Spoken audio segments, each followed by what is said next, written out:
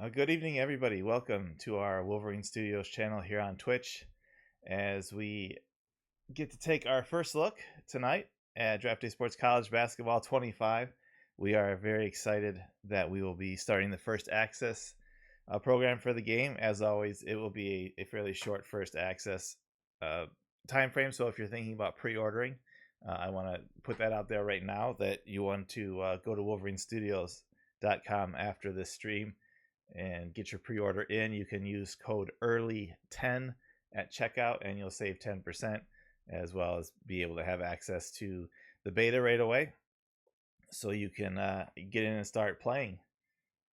We've made mention of some of the new features this year. I'm going to talk about some of them and do a little bit of a playthrough here, and I'll take any questions you guys have in the chat and answer them, and then we'll shut it down and turn the web store on and get you guys playing. I'd also like to, over the next couple of weeks, maybe do some follow-up streams on the game. Just kind of as an opportunity for maybe newer players to see the game being played and kind of learn their way around a little bit. I think that will be helpful. So I'm going to start off just clicking up a new league here.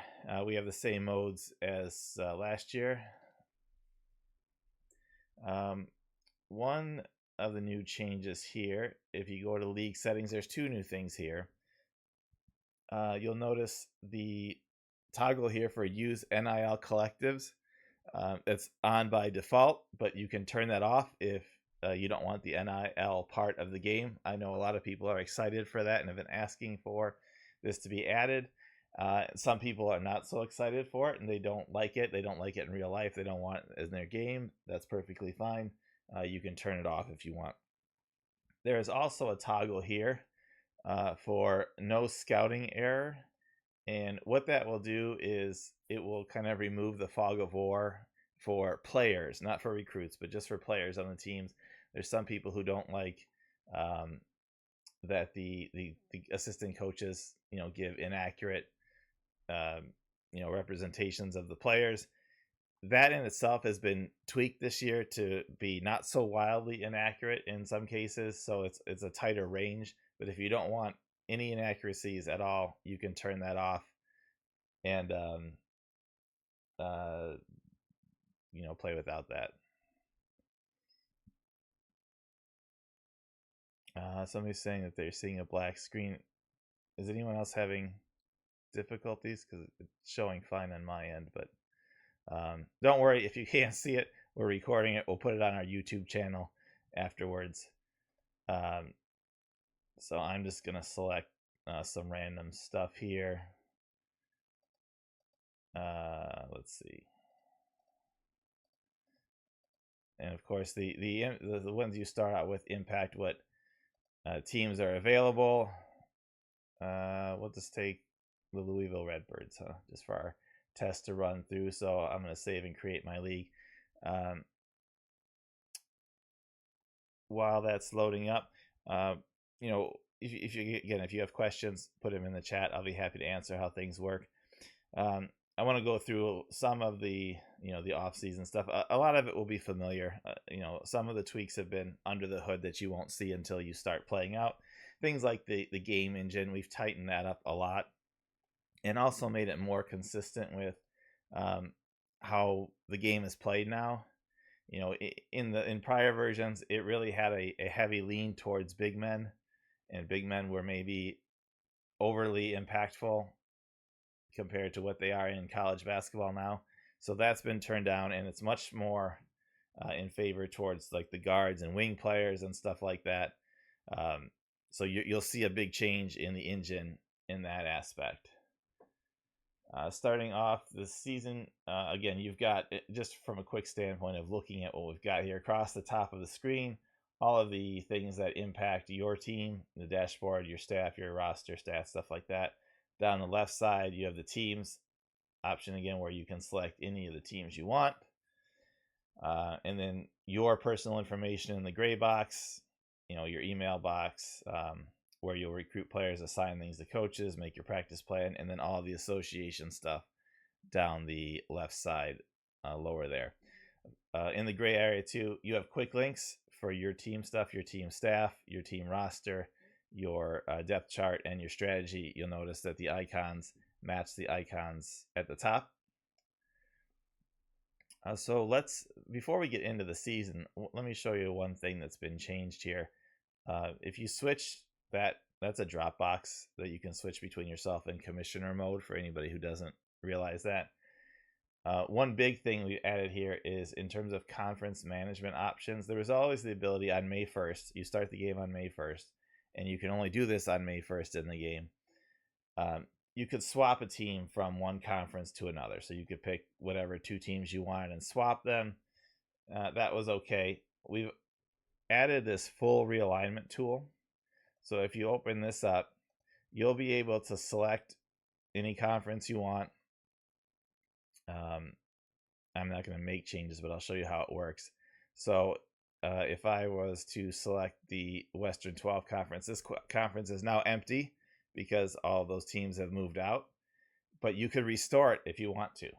So to do that, you would select what size you want the conference to be and how many conference games they'll be playing. You can select the conference tournament structure that you want, and then you simply just select the team that you want to add to that conference, and then click the add team button, and it will add it to the conference.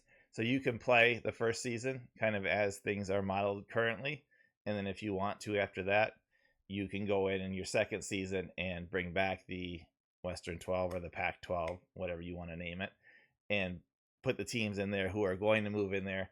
So you will be able to add these teams. The one thing you have to be careful with, though, and this is stated pretty clearly here, that you have to make sure that if you take a team out of a conference, if you go through here and you pull a team out of the Midwest 10, let's say you want to move Washington and Southern Cal and Oregon and Cal Los Angeles back to the Western 12.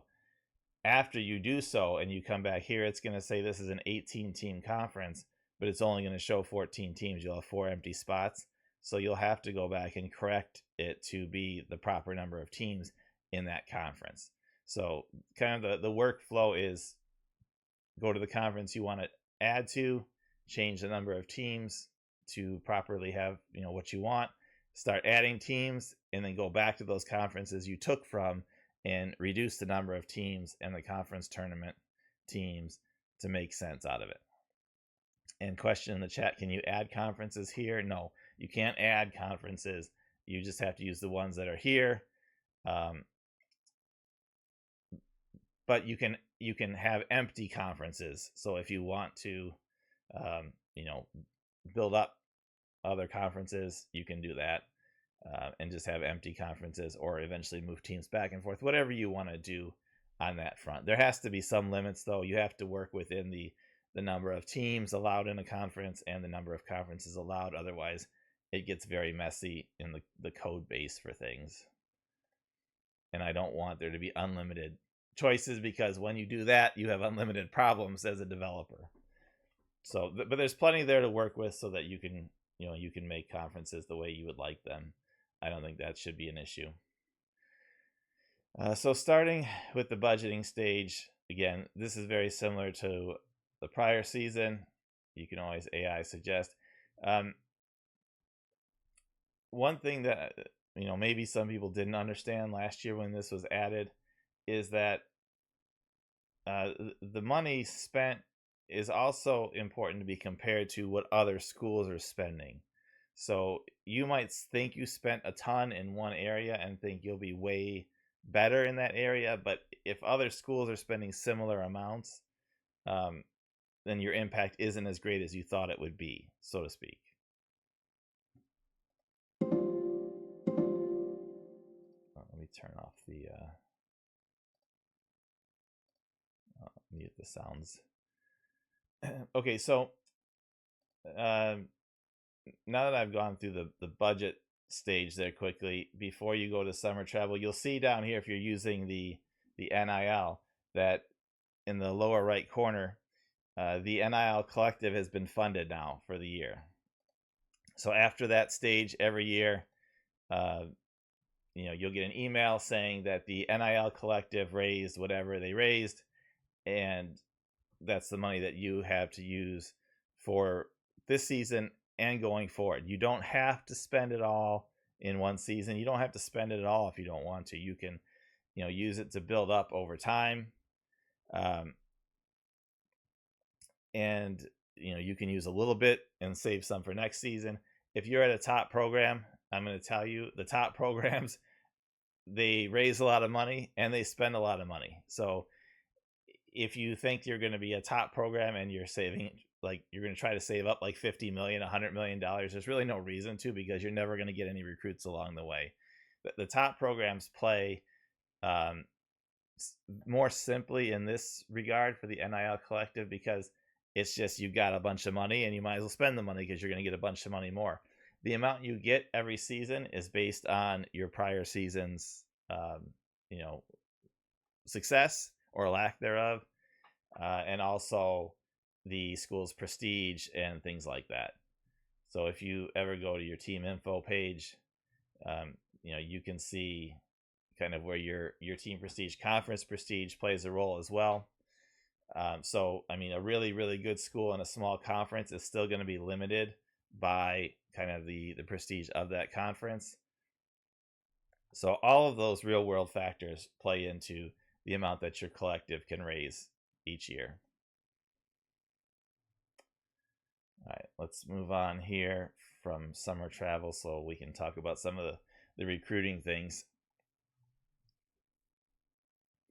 And summer travel always takes a minute to process because all the teams are starting their initial recruiting boards and stuff like that.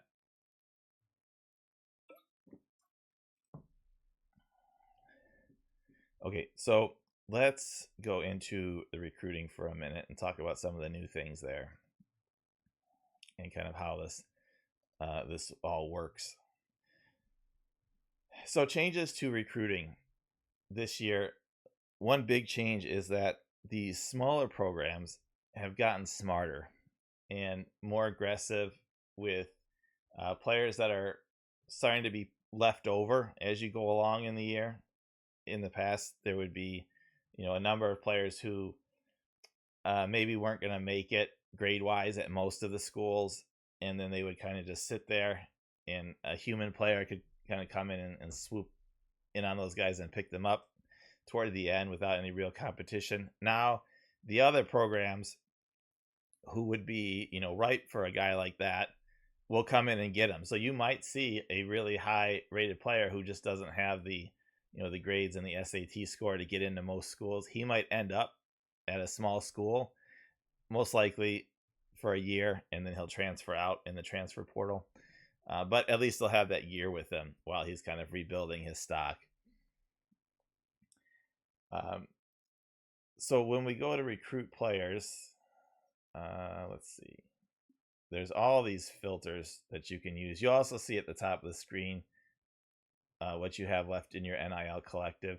When you offer an NIL deal, that money is taken away from your budget, just like the scholarship would be. If the player does not sign with you, it's returned. But you can't just offer it all out to like 50 players at once and say whoever takes it first gets it.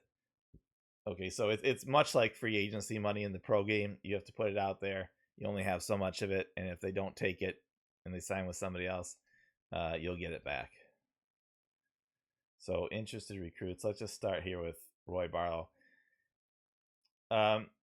One issue in the past for players playing the game as a coach is that they didn't like the amount of time going through the phone calls or the text messages, because you would eventually get texts like that were wasting your time and stuff like that. That's all been eliminated in favor of where it says recruit. Now you still have the same concept where you have so much time from recruit, that you had for text or phone calls or stuff like that.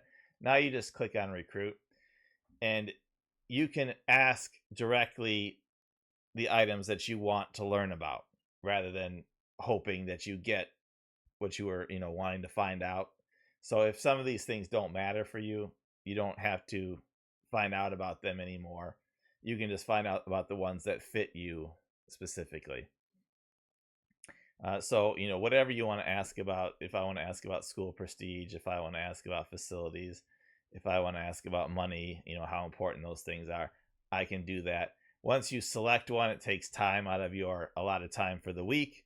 And then you'll find out next week the answers to those things. So we'll spend a week, we'll check back in on this. You notice on here too, there is the Ask NIL Collective. So how this works is that, much like in real life, the coach is not the one who's writing the checks and handing out the money. You work with the NIL Collective for your school, and you tell players, you tell them, I want this player and I want to offer him an NIL deal, and the collective will make the offer. So in order to do that, you have to have a scholarship offered, and then the Ask NIL Collective button becomes available. So if I don't click this, it will just offer Roy Barlow the normal scholarship. It won't have anything to do with NIL. If I click on this, now I've instructed the NIL Collective to make him an offer this week. Again, the reason it's done that way, one, is realism, because again, it's not the coach who's handing out the money. Two is it doesn't turn the NIL thing into like a massive free agency thing that you have to deal with. I don't want it to be like overwork where you're looking through like thousands of recruits and seeing which each recruit is getting and what's the range for this guy and all this kind of stuff.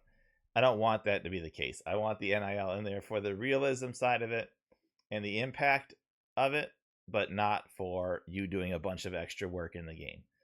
So that's how it's going to work. It also takes away any advantage of you as the player trying to game the AI and figuring out the AI usually offers this much for this level of player, so I know what number I need to beat that and win.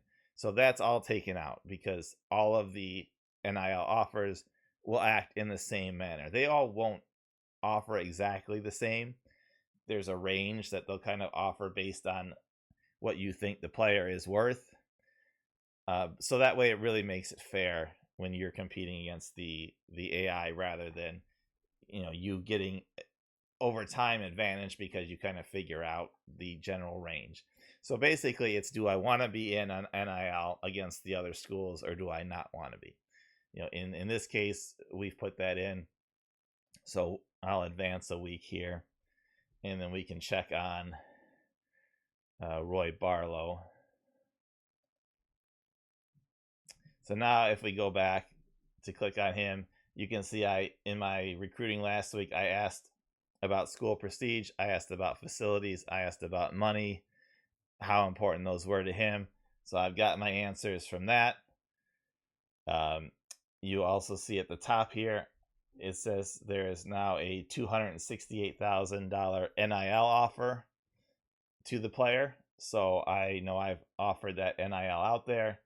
And if I go back, I can see that my NIL collective has dropped from 4 whatever it was to 230 basically. So this is how it works. If Roy accepts the offer, the scholarship eventually, then it will stay as it is. If he rejects it or he signs with somebody else, that money will come back into the NIL collective. Okay, so that's a quick overview of that. Let me go through. I know there's been a lot of comments while I've been gabbing away here and explaining some of this. So I want to see some of these comments and give a quick answer real quick. Let's see. Push asks, what bugs, if any, are you expecting us to look for? For people who are new to FirstAccess, there's not like really bugs I'm expecting you to find. The internal testing team has been playing for weeks. Anything they found, I've tried to fix. I have 2 or 3 things on my list from them still. Basically, it's just you're playing the game, and if you run across something, like Prestige says, you just post it in our forum. That's great. On the forum at wolverinestudios.com, there's a section for FirstAccess for college basketball 25. Just post it in there. If somebody already has a thread on it and you want to add to that, that's fine. You don't need to start a new thread for the same thing, though. Breeze asks, is the link league experience between college and pro improved? There's really no difference in the experience there. It works the same way. You still bring your players in. The players generated in college have changed, so it should generate a different mix of players moving to the pro game overall to kind of reflect the improvement in the pro game draft class for the default classes there. So that should be there, but mechanics wise, it works exactly the same. Grant 547, how is pro development determined? I guess I need more pro development for what? I guess if Grant can put that in there, so explain that a little bit better, then I can answer. Yeah, love the mechanics behind NIL. How do you know if you have to offer both NIL and a scholarship to get someone? You don't know, but you're gonna find out basically by the results. If you're I'll tell you, if you're a large school, if you're playing as the top schools, and you're not offering NIL, and the guy has an offer for 500,000 or $1 million or $1.5 million, and you're offering him nothing, you're gonna lose. I mean, unless he is for some reason die hard, wants to be at your school, has dreamed of going to your school ever since he was a kid, and would go to your school for anything, you're gonna lose. Where it becomes a difference, a difference in it. Maybe you're a big school and you ran out of NIL money, and so now you're offering like your 5th scholarship out, and you're against a small school who's offering like 40,000 NIL or something. The player may say, the 40,000 isn't that important. I'd rather go play at a top program. So there's going to be that aspect from it. Let me turn on some computer stuff, so while I'm doing this, it's doing things for my team. Where you're really going to find a strategy to the NIL is when you're playing as the medium-sized to smaller schools, because you only have so much NIL money. So if I look, let me find what screen it's on. If you look in the almanac on the schools section, it's going to show you the NIL amounts for each school. So the ones who are showing 0 means they've already put theirs out. Everybody has something. Some schools it's not very much, but everybody has something. Other schools start in the millions. So you'll be able to see who you're going against.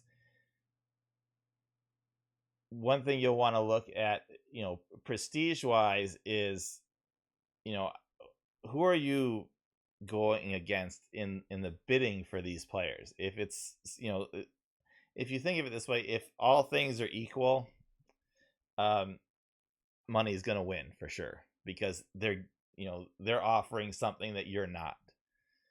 When you get to the middle range players or the lower players, if you're a small school, you may only have like a $30,000 or $40,000 NIL budget, so you might be able to offer like one player or something. So you will get players who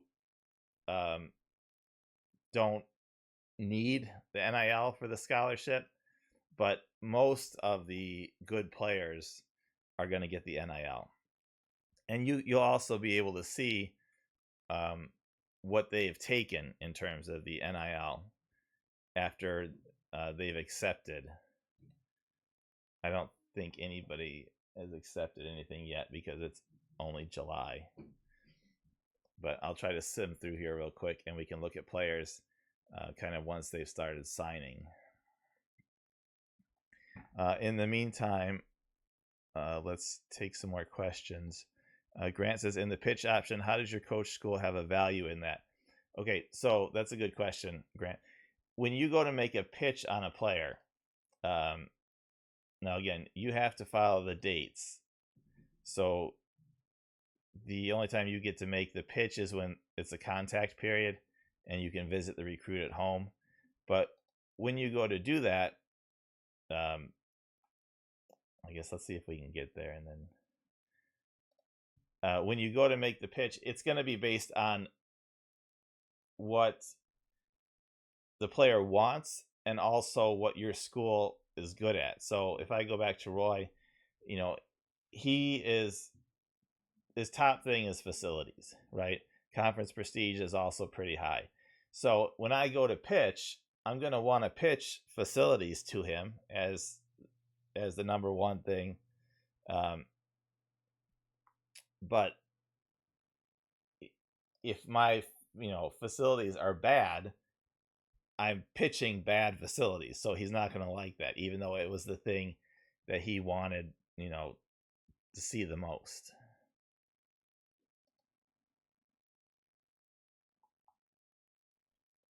Let's see. The Cush Push asks, if amenities are way up, will NIL cost less for players? The two budgets for your budget for your amenities and your recruiting and stuff is completely separate of NIL. It has nothing to do with either one. The NIL collective is its own thing. It goes up or down based on, basically the collective is out there raising money each year. So if your team is having a hot season and you're ranked highly, you made a good run in the tournament, stuff like that, it's easy for them to raise money, and they're going to raise a lot of money that season. If you have a terrible season, nobody cares about your team, it's bad, you're going to earn less money for that year in the collective. They're going to raise less money.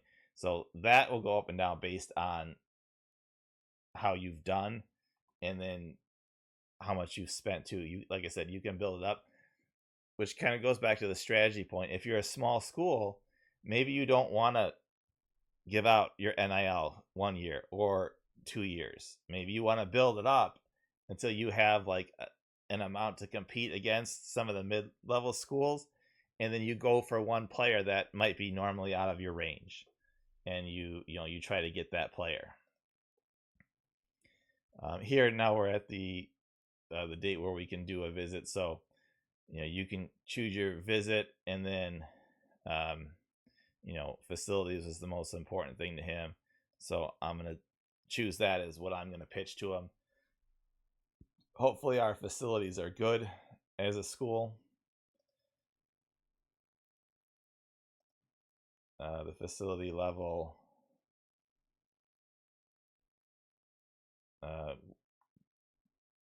let's see, our facility level is A, and in terms of amenities, we're 16th in terms of spending, so that's going to be a pretty effective pitch to make. Let's keep going forward. Let's see. Grant says those questions were combined. Can you talk about what goes into a school's pro development rating for pitches? Is it mostly static, or does it change based on draft picks? So that's going to be based on the coach and not thank you for explaining that a little bit better. That's going to be based on the coach. So, I'm a new coach. I have, you can say I have no stats. So I have no drafted players. So if I'm going to recruit and I'm pitching, pro development and I'll get you to the draft, the recruit's not going to believe that because I have no track record of getting players to the draft. If you have built up, a record over time of being able to get drafted players, then that pitch will have impact because the recruit will see you're a John Calipari type guy who's gotten a lot of guys to the pros.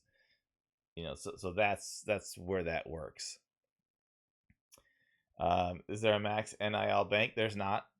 I mean, again, if you're a top school, there's no reason to try to build up like $50 million or $100 million because you can't offer somebody like $100 million.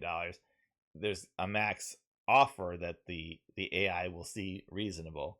And yes, there are going to be guys who could get multi-million-dollar offers for the NIL. In fact, let's look and see. There's some players who have signed.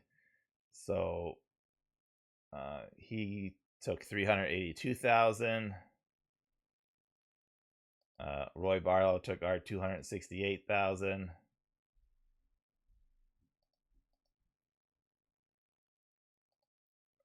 Let me see the full recruit list here. Mark Hardwick took $2.3 million. So there are really large offers available for the top players. You know, he's got 1.4 million, 1.3 million, 2.4 million, 880,000. So you'll know, you know, again, there's no reason to build up like a massive bank over time, because you're just going to be missing out on players all the way to go. Somebody asked about hovering over the interest logos. Yep, you can see right here. It will tell you which team each logo represents, especially if you're using the, you know, the fictional teams. You'll be able to see that. So just kind of a note on that. When people make posts, you know, on the forums or comments on Discord or whatever about little things like that, I do notice them and I do put them down and try to get to them at some point. And even though that's not a feature that, you know, we'll promote as, hey, this is a great new feature, you know, those kind of things do get noticed and they do get put into the games. Walter Dog asks a good question about dictating the NIL collective group. You can't do that now, but that's actually kind of where this will end up going, I think. You know, one thing we wanted to start with now, just introducing it into the game. I didn't want it to be something like just wildly time consuming for people. Again, that's kind of why the AI is running the collective and makes the actual offer. But I do see kind of the next stage of it being just what you said. You know, telling the NI collective, you know, I want a big offer on this guy, or just make a small offer. That may not be in this version. That might be the 26 version. Once, you know, we see how this is balancing out, you know, we've seen it between our small test groups, kind of the impact. But once we get, you know, hundreds and thousands of people playing it and seeing kind of what the balance is with the power of these NIL offers and stuff like that, then it's time to go deeper into that subject rather than trying to do it all at once. And if it's not working, not understanding why it's not working the way we want it to. I'd rather perfect it first and then, you know, kind of add to it after that. There's a question about international recruits being displayed in USA flag and pro basketball. That if that's happening, I don't know why it's happening. It's not meant to, so that'll be something I have to look into. Also, do lower ranked recruits D2 transfers have a small chance of becoming draftable prospects? Yes. And it takes a long time to sim a season, so I won't get to the end stuff in this stream. But I will, like I said, I think I'd like to do a stream where I'm actually playing through it and kind of looking at some of these things. But Division 2 transfers have been added to the game in the transfer portal section now. So what that is doing is it's helping. We noticed in the prior versions that there was an issue with especially smaller schools just not getting players, just not winning on recruits, and then they'd be full up with walk-on players. So the addition of all these D2 transfers into the game now gives them specifically, you know, a better option to fill out their rosters every year for the scholarships that they didn't use up. So that's very good. I really like how that's impacted the game. And there is the off chance, you know, the not a very likely chance, but a rare chance that one of those players actually could turn out to be pretty good. he's just in Division 2 because of whatever reason that a kid like that would end up in Division 2 to start. So yes, that is a possibility. There's no stats breeze for the D2 transfers because that's not being, no games are being played, for that. It's just giving them kind of a, the ratings they're coming in with.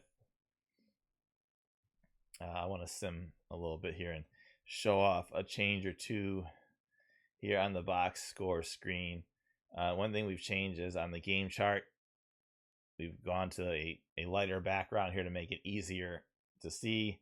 Again, just a small UI change like that, but it should make it easier to see. Just looking at this game here, you can see that their center only has 4 points. Their center has 15 points. Most of the action is happening through here. If you look at their guards, you'll see that the ball is much more in the hands of the guards and wing players, I think, than in the past. So that'll be a nice improvement stats wise. When we're simming, I'll sim a couple more while answering questions. Let's see. Changes to live gameplay. Things I'm working on, I haven't finalized yet there, so nothing that to talk about yet on that front, but there are some small things I would like to improve there.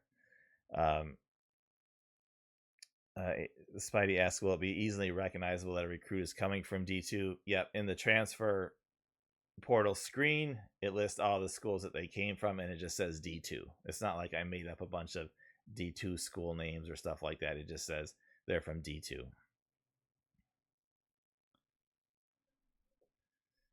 Sim-wise, I think this will all feel very familiar. There is new conference options in the game for the 18-team conferences, which did not exist last year. There are new 16-team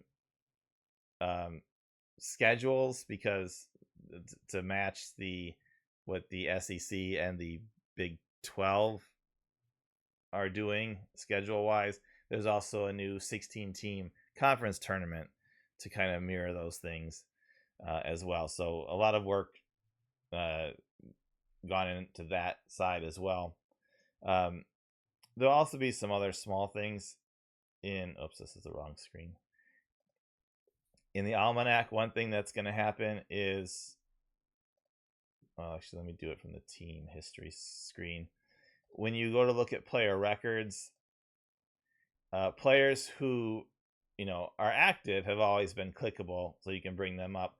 Players who have moved on, have graduated, have left for the pros or whatever, it would just be like you couldn't access those players anymore. So you'll be able to click on the players here and bring up like a retired player card for all those players who are the record holders. So again, this screen has more functionality than it did before. It's just there's a lot of those little things in addition to the big things like the NIL and the kind of the game engine changes. There's a lot of those little things that you'll notice as you come across that really do impact the fun for people and make it kind of easy to use. A question about scheduling. Scheduling is still the same as before. Really no difference there at this time. And then the question about the postseason brackets. This has been something that I've had questions about over the years, and I've always given the same answer, is that it tries to do this, but it is extremely difficult to deal with all the seeds and try to seed them so that you don't have the second round match or third round matchups like they do. I mean, in real life, you've got a bunch of people sitting in a room and they're moving the pieces around, and they say, okay, well, this, now that we've changed this game has to change, this team has to change this seed, stuff like that. It's just not something that I found a way to do as well as humans can do it. Or even, something like, the advanced Elon AI or whatever could probably do it. That's not built in here. I try to do it. I do make an effort for them to spread them out without wildly changing the seeds. But at some point, you change one, and then now you've got another game that has to be changed. So you have to change that one. And then that change made it so it put the first problem back or something like that. And it gets to a point where it's just a mess. So at some point the code has to say this is the best it could do, and this is this is how it's going to be. On the recruit class ranking screen, the numbers just the colors just mean how many you have, so you can easily stand out. Like this bright green is 4. They have 4 2-star players. The red is only 1. The yellowish green is 2. Just so you can see quickly. It doesn't actually mean anything. It's just an easier way to identify things like that.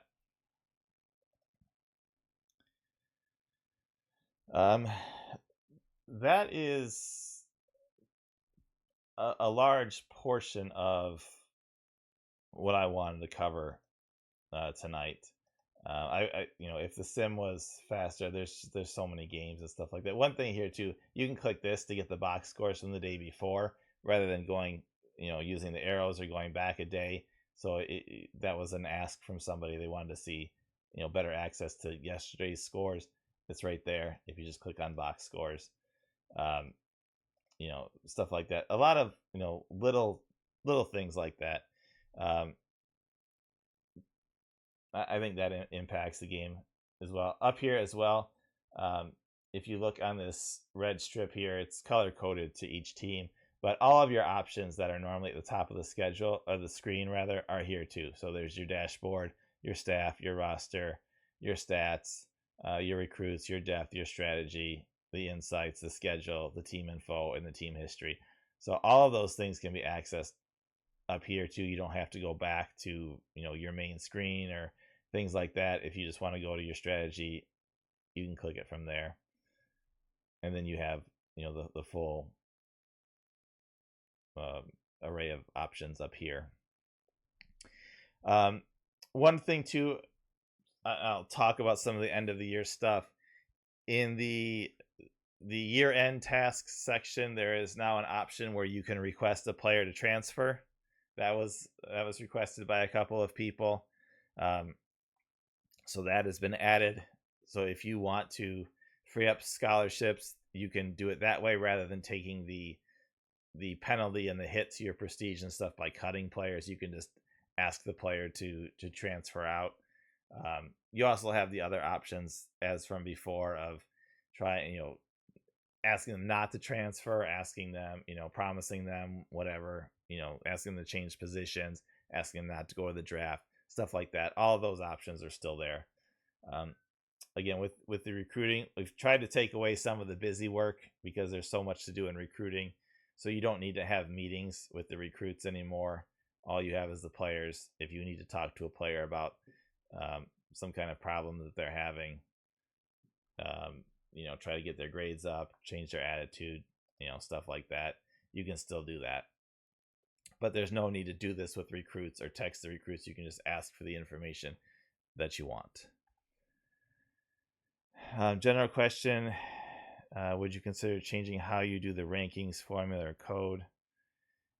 I mean, I'm not sure what is extremely messed up with them, but if you have some ideas on something that can be done better, we've always been willing to to listen.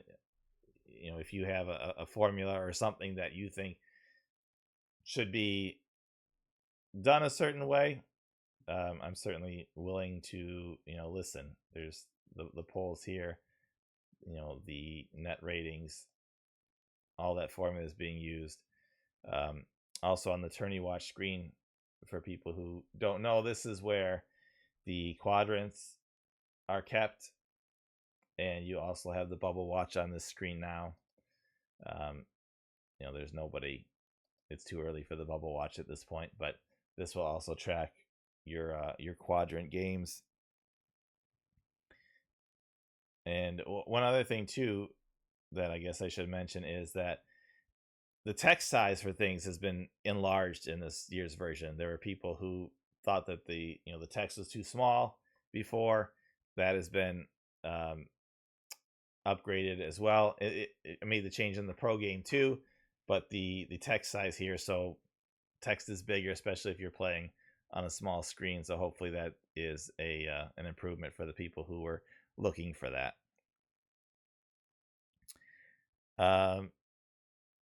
There was no difference between a text and a meeting prior to it's just where you want to do it from and just the responses that you'll get. The meetings are meant to be more conversational. The text is, if you wanted to text a player, it's meant to just do the same thing. Neither one has a larger impact. It's just, kind of if you felt like you'd rather do this from here as opposed to the meeting screen. No difference in what's impactful or stuff like that. It's just to give people an option. The question about the defensive priority, that is different because in the pro game, you don't have all these options defensively to choose from. So I mean, in here you've got the man-to-man, you've got different zones, you've got different presses. So it's not the same mechanics in terms of a defensive priority as opposed to in the pro game where that's kind of more of your strategy there. Like, how do you want to play man-to-man defense, basically? Here it's more of, do you want to play man-to-man defense or do you want to play zone, stuff like that. So for right now, it's probably going to stay this way. But I mean, if there's something that makes sense later on that I could add along those lines, that's an option too. For those who are joining late, don't worry, you can catch the replay, I think, as soon as the stream ends if you want to watch it, and then we have to wait 24 hours or something like that to put it on our YouTube channel. But we'll do that too, certainly. And like I said, I want to do more streams, kind of actually playing through it, so that people maybe who aren't so familiar with the game can kind of understand what we're doing on each screen and what the strategy and the ideas behind it are.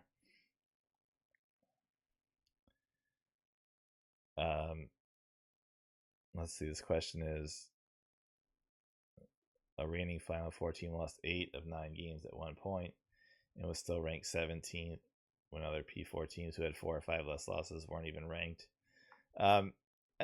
Again, I will look at anything. There's nothing that I've ever built in any of my games that I've said this is the perfect way to do it, and nobody can tell me otherwise. If I'll put it this way, there's two streams of thought on this. If you tell me something's wrong or not good, and you say what's wrong about it, I'll look at it at some point. If you say this isn't good, here's how it could be made better, and do ABC, I'll look at it much faster, and I'll say, okay, if that works better, let's just put it in. So if you want to have input, but you can reach out to me privately. You can do it DMs, Twitter, whatever you want. I will definitely look. And say, okay, here's this guy spent time on this. He's put effort into this. Why not use it if it's better than how we're doing it now? So absolutely. Any changes to early entry draft prospects? Yeah, some have changed in a number wise there.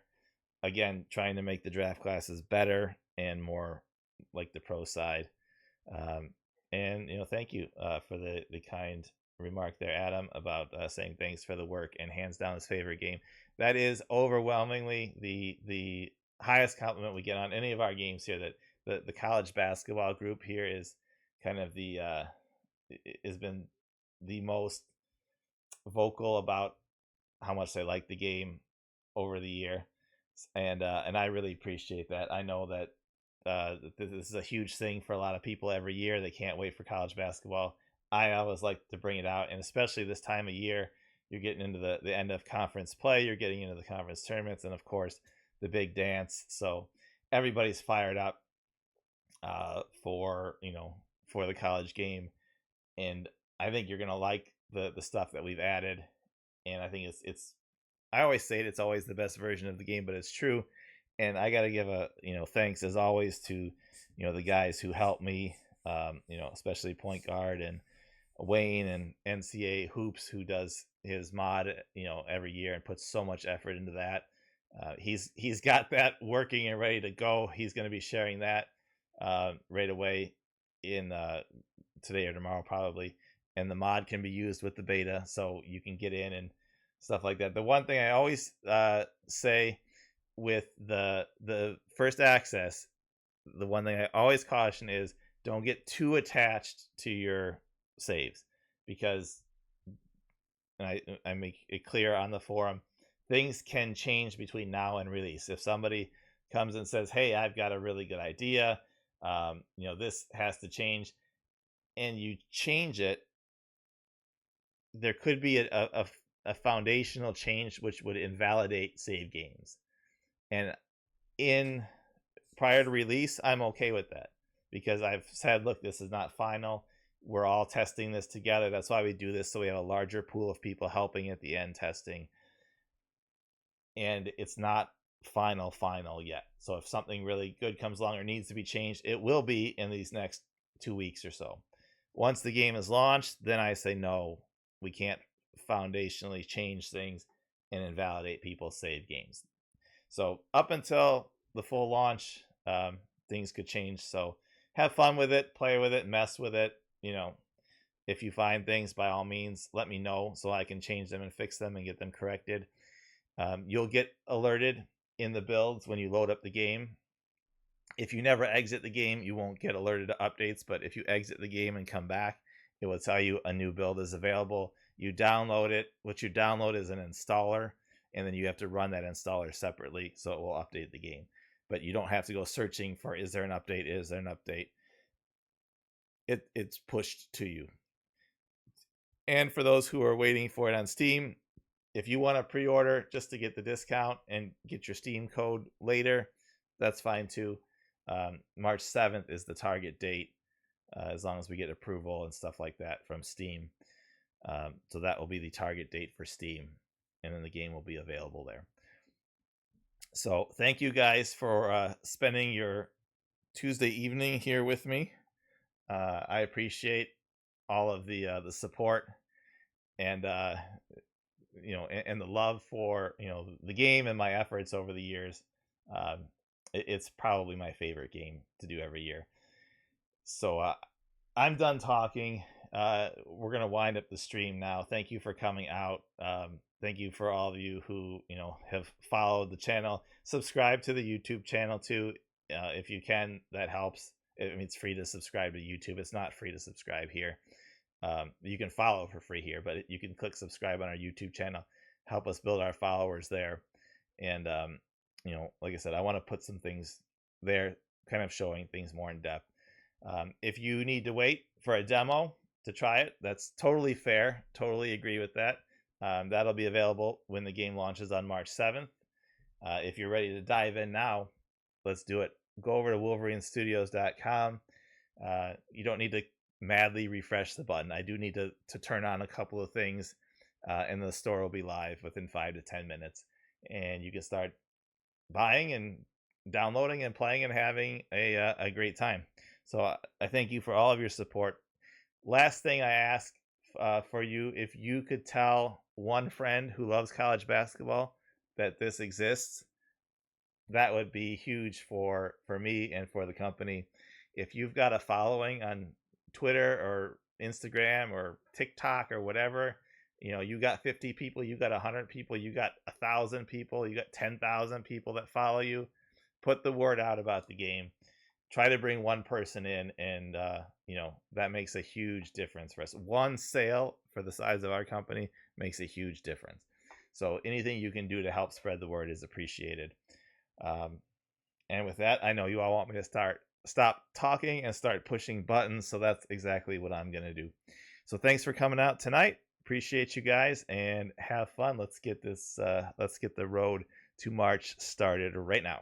Thanks, guys.